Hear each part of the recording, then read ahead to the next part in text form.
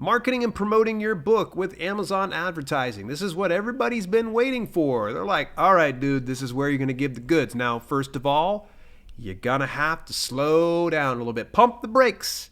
Going to have to lower your expectations because trying to cover Amazon advertising in just one single 20-minute podcast episode is ludicrous. It's insane. There's no way I'd be able to give you everything that you need to know. In fact, I probably won't give you everything that you need to know, but over the next few weeks, I'm going to start to really build out enough knowledge and some skills you can kind of pick up and apply to make it dangerous, all right? Enough to make it dangerous and get a little bit of information to kind of get going. So today is just laying the groundwork.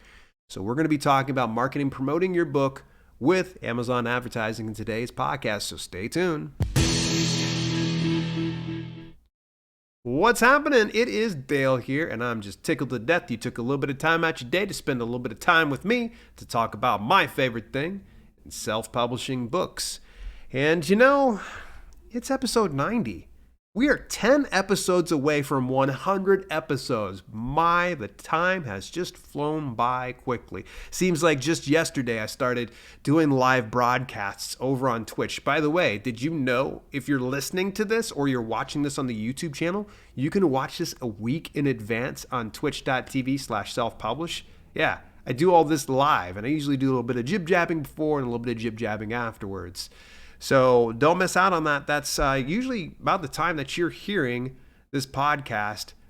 I am literally recording the new one for the following week. So join me over at twitch.tv/self-publish for that. So today's podcast, I got to tell you, I'm just tickled to death. I know I say that a lot. I'm just ecstatic. I'm elated to have this sponsored by none other than Pro Writing Aid. Pro Writing Aid is my go-to resource and tool when it comes to grammar checking and getting my writing to where it reads better, because I don't write nearly as good as I talk, and that's not good because I'm not the best speaker in the world. I might sound like it and I've got a lot of emotion behind it, but I need some good tools that will help refine and clean up those things.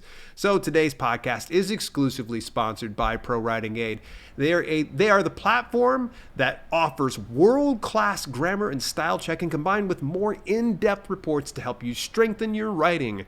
Get free access or 20% off premium access when you visit the sponsored link at dalelinks.com/pro-writing-aid. Again, that's dalelinks.com/pro-writing-aid. And if for some reason you want it free, you just go over, click that link, go on over, hit sign up, and just set yourself up a free account, and you'll thank me for it. But if you get premium access, might I recommend, if you've got the discretionary expense, just get the lifetime access. Honestly, it's of no consequence to me. If you end up getting, the monthly one or the annual plan, that's great. But I'm going to tell you, if it was me, and I actually have done that, pick up the lifetime access. It's so much more worth it. Just trust me on this one. You'll save yourself a lot of money, unless you plan on just being a writer for the next year. If that's the case, maybe you won't get your money back. But, if you plan on being a writer for the rest of your life, having lifetime access to Pro Writing Aid is just a no-brainer, folks. Fair warning on today's podcast episode here, folks. Do not, and I repeat, do not invest any money into advertising you cannot stand to lose. Ooh, that was like a cold shower. It's like I just threw a cup of cold water in your face. Like, hang on a second. You went from talking about Pro Writing Aid to all of a sudden talking about advertising. That's how pumped I am about doing today's episode. So, marketing and promotion is a gamble. Any paid marketing and promotion is even more of a gamble.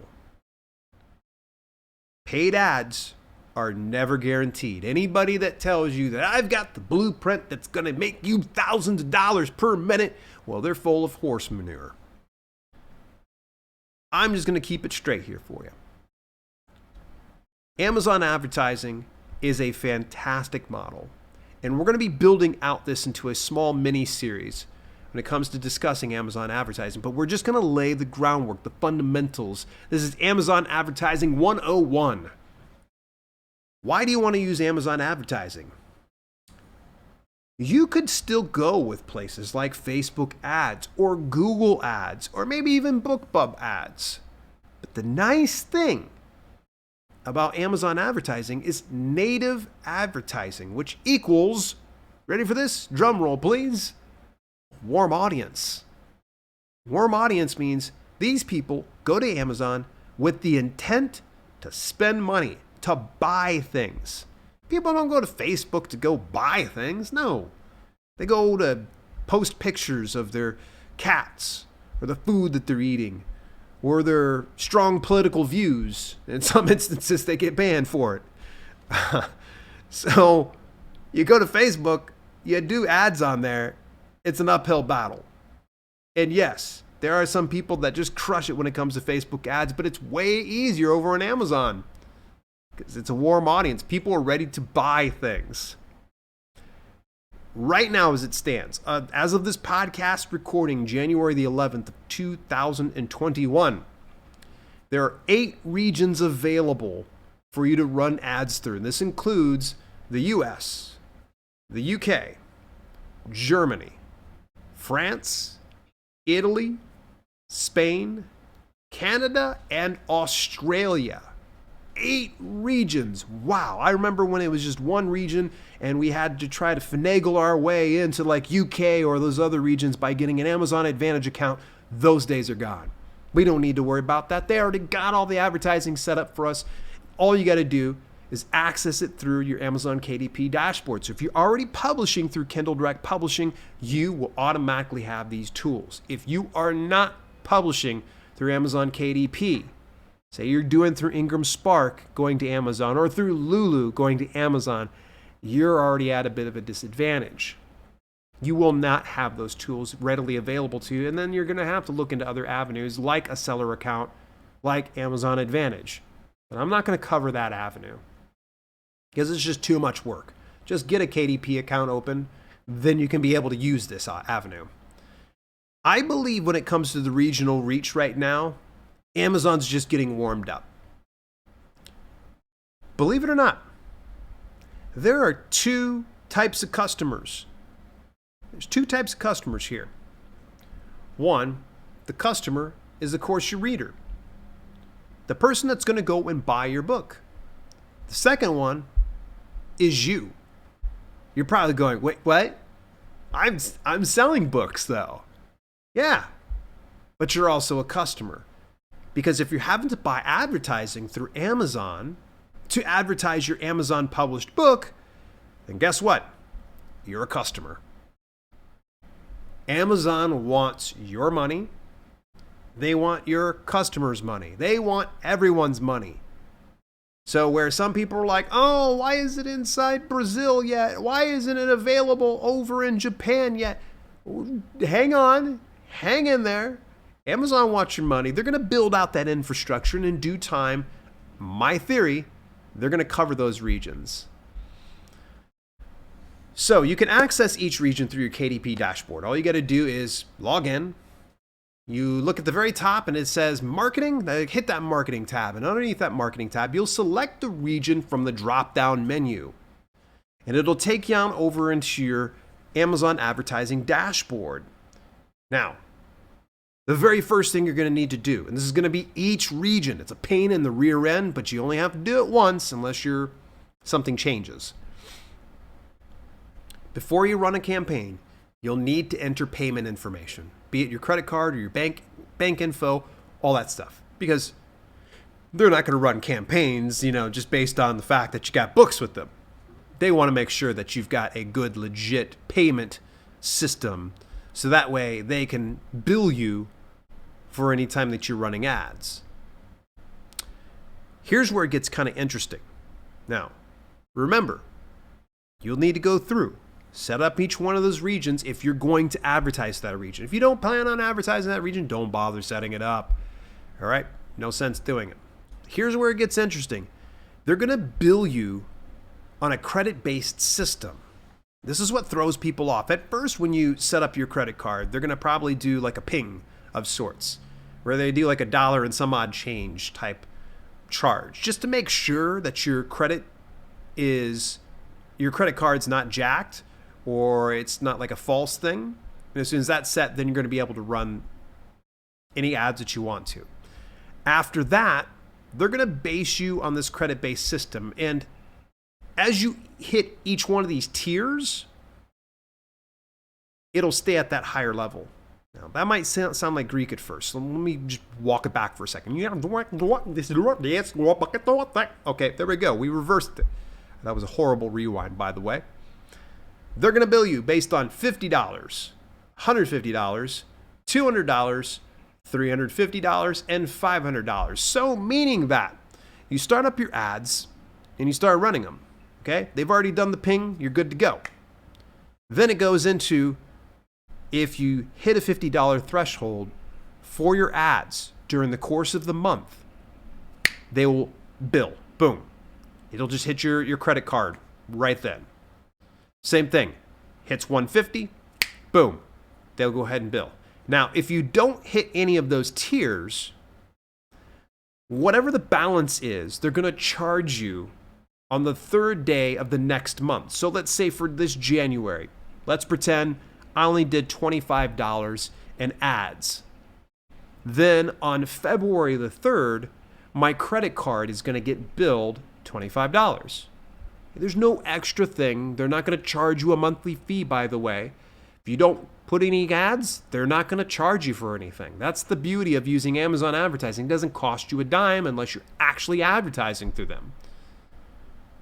In the event, though, let's say, for instance, you're brand new to things, your first month, you did $60. Well, whenever you hit that $50 threshold, they're going to bill you. Then that $10 that's left over will be tossed on to the third of the following month. Easy enough, right? Once you hit each one of those thresholds, as a reminder, if I hit $50, there's no going back. All they want to make sure is this person good for it? It's kind of like they're like, hey, we're going to do a trust fall here with you. Catch me at $50. And you catch them, they're like, great. Now we're going to try $150. Trust fall. Boom. You catch them, they're good to go. And it keeps going up. So as soon as you hit that highest tier of $500, they're not going to hit your bank account or your credit card until the following month. So it's kind of nice as soon as you hit that threshold that you're not getting beat up for your Amazon ads all the time. Just fair warning, don't get too comfortable with that tier-based system. Don't think to yourself, well, I only spent like $20 last month, but then you have all these ads that were turned on for whatever, and they start to take off, and then you're billed like a ridiculous amount. Don't get too comfortable. Always keep an eye on your ads. And again, only invest what you can stand to lose. There's no sure shot here, folks. You might be able to get some great success. If you're new to it, you're probably not going to get too much success. Think of it like investing in an education, in that you're not going to get a lot of money. You go into college, you think you're going to get a paid money as you're learning? No, most instances not. You're not going to get paid. Nice thing is with the Amazon ads, you might get paid. You might. So what can you advertise? Let's get clear on what you can and cannot advertise, because right away, I can tell you that ebooks and print books that you have fulfilled through your KDP dashboard can be advertised. In the event that you have not published that ebook or that print book through KDP dashboard, then it won't be able to be advertised through Amazon advertising. Only the things that are fulfilled through KDP. This is one of the reasons why when I tell people that they're planning on, say for instance, publishing wide with their print books, they're like, I want to print through Ingram Spark. Print through Ingram Spark, but also do it through KDP. Just deselect expanded distribution and know that there's going to be a little bit of a duplicate publishing. Launch your KDP print book first. Get the Ingram Spark one going as well. You start to drive traffic over towards the print book. The nice thing is it's there. Whether they buy the Ingram Spark version or your versions, no consequences as long as they're buying your book. Same thing for the ebook. Must be fulfilled through the KDP dashboard in order to bring it up through Amazon advertising. It will not and does not work with audiobooks right now.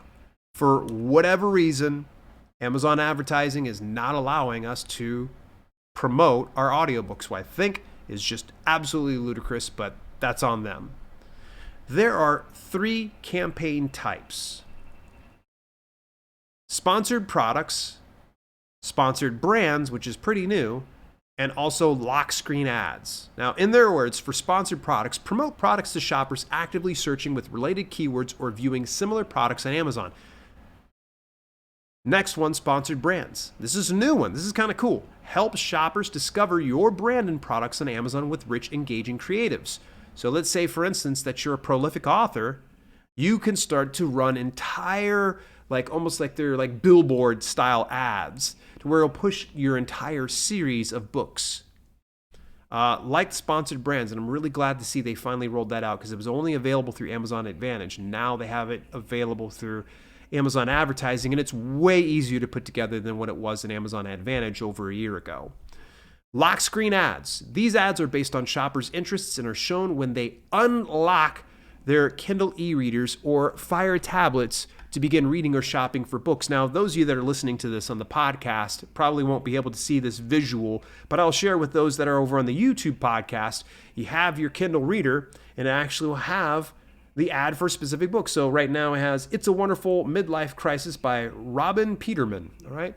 Has that available there. So that's a lock screen ad. And so all I got to do is I turn on my device, it wakes up, it's still got that ad set there.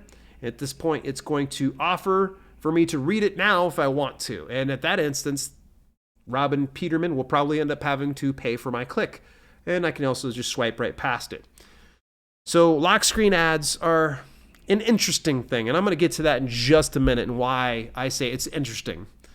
What's the best type of those 3? I'm going to say, hands down, the easiest to understand is going to be sponsored products. You get a given set of keywords, products, or categories, and you can be able to send traffic by that way. Even though you cannot use trademark names or author names or brand names in your metadata for your book on KDP, you can, however, use it on your Amazon advertising campaign. And I've heard some people go, well, that's unethical. No, it's not unethical.